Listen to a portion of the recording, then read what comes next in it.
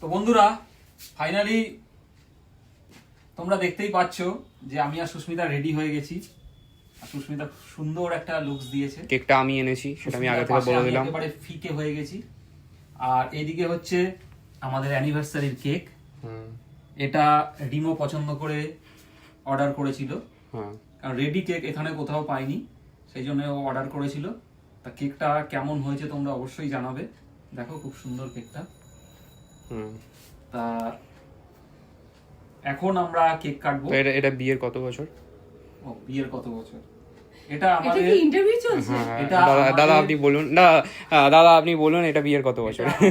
বিয়ের 23তম বর্ষ শুরু হলো আজকে থেকে। আচ্ছা, 22 বর্ষ কমপ্লিট। আচ্ছা, 23তম বর্ষ শুরু।